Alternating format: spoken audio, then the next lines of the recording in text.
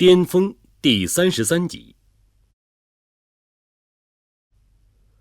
方胜难得有机会开车在宽阔无人的大路上，旁边又有美女相伴，开得心旷神怡。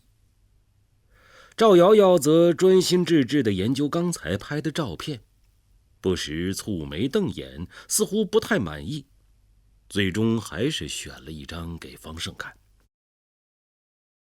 方胜拿眼睛一瞥，才发现他居然把照片作为他的手机屏保，心热了一下，笑着说了一句惊为天人。赵瑶瑶闷闷不乐地说：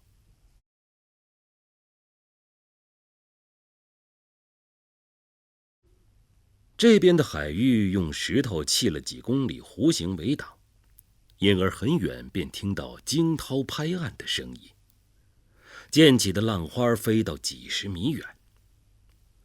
两人沿着围挡漫步，并不说话，偶尔相视而笑，内心都感觉彼此关系比上次海滩散步时亲密了许多。方胜问道：你想不想调回省城？赵瑶瑶没听清，方胜突然又不想问了，摇摇手表示没什么。经过一大片乱石堆，脚下尽是不规则的碎石块。赵瑶瑶一不留神踩空，身体向左侧摔倒，方胜一把搂住，顿时软香温郁入怀。原来赵瑶瑶不但是手软，身体更软。方胜在脑中这样想着。赵瑶瑶并没有第一时间挣脱，而是僵在原处一动不动。不知隔了多久，才像是回过神来，红着脸轻轻推开他的胸膛，快步跑向前面。甜蜜的时光总是显得很短暂，很快就到了中午，方胜便驱车来到条子沟附近的农家乐。老板和儿子都是土生土长的本地渔民，家里有条大船，每天出港，因此随时都有新活的海鲜。刚坐下没多久，帘子一掀，上午碰到的商务车的3位乘客也陆续进来。打了个招呼后，坐到旁边的大桌上，司机在一边点菜。那为首的长者似乎想到了什么，招手笑道：两位小同志过来拼个桌吧，刚才的话题还没结束呢。赵瑶瑶只想和方胜粘在一块儿，有点不情愿。方胜却看出来这几个人的身份不简单，没准是从省城过来考察项目的。他不想错过良机，便轻轻拉了一下赵瑶瑶，他便乖巧地跟在了身后。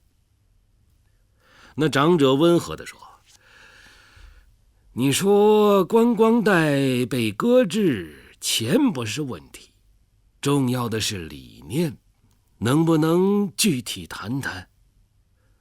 方胜的手指沾了茶水，在桌上画了个长方形。您看，这是以海边森林为中心的观光带雏形，长约30公里。按照传统的想法，旅游观光带必须配套游乐场、酒店、宾馆、长亭、楼阁之类。粗略的一算，在这片广阔的地带，单建成配套设施起码就得20多个亿，还不包括对森林公园的投入。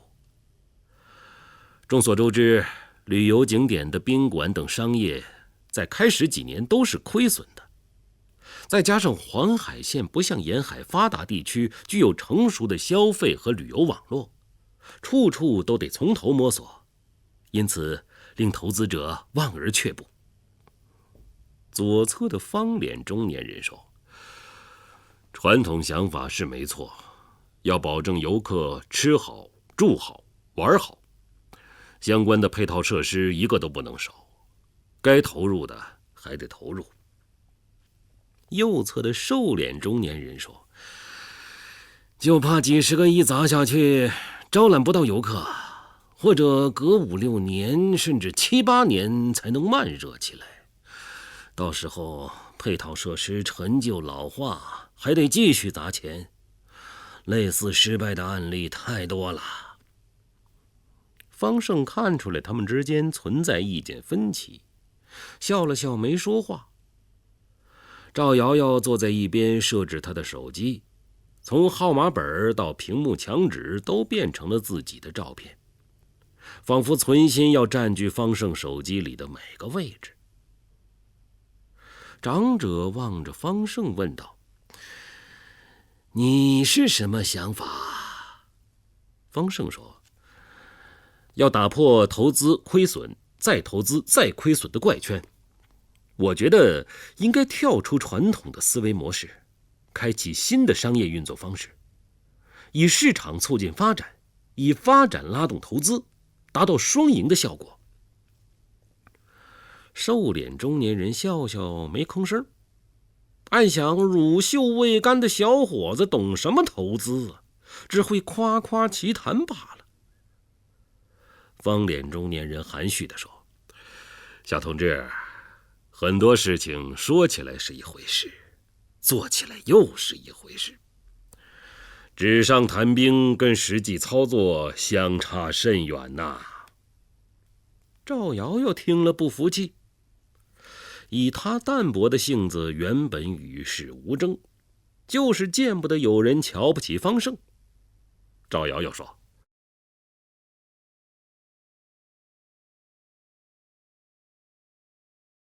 三人均微微吃惊，看方胜的眼光可就有点意思了。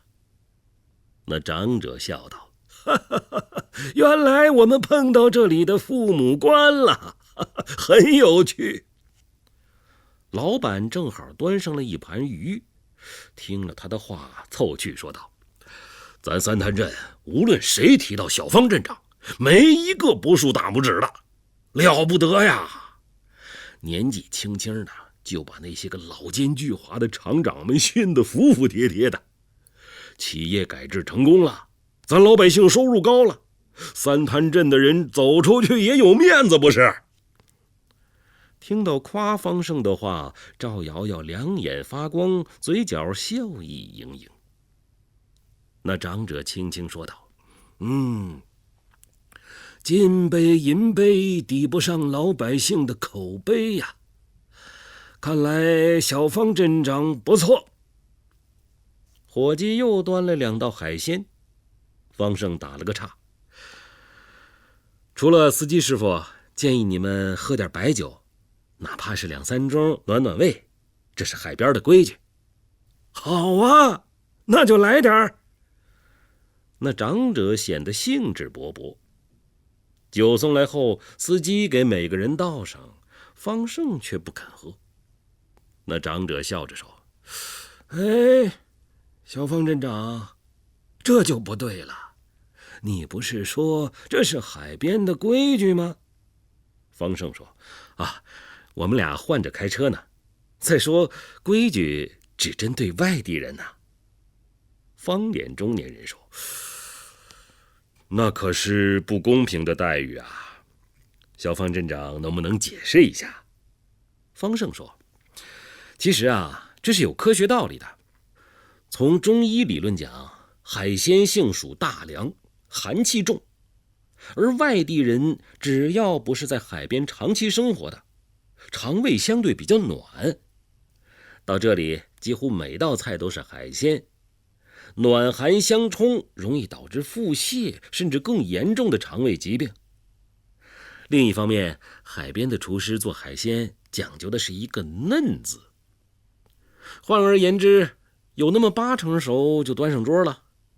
所以喝点白酒，一方面是暖胃，另一方面也有消毒杀菌的作用。”长者说：“哎呦，那我们可得多喝几杯呀。”接下来，方胜介绍每道海鲜的来历、正确的吃法，几个人吃吃喝喝，十分惬意。酒至半酣，那长者还惦记观光带的事儿，问道：“关于观光带的建设，如果让你主导的话，你准备怎么做？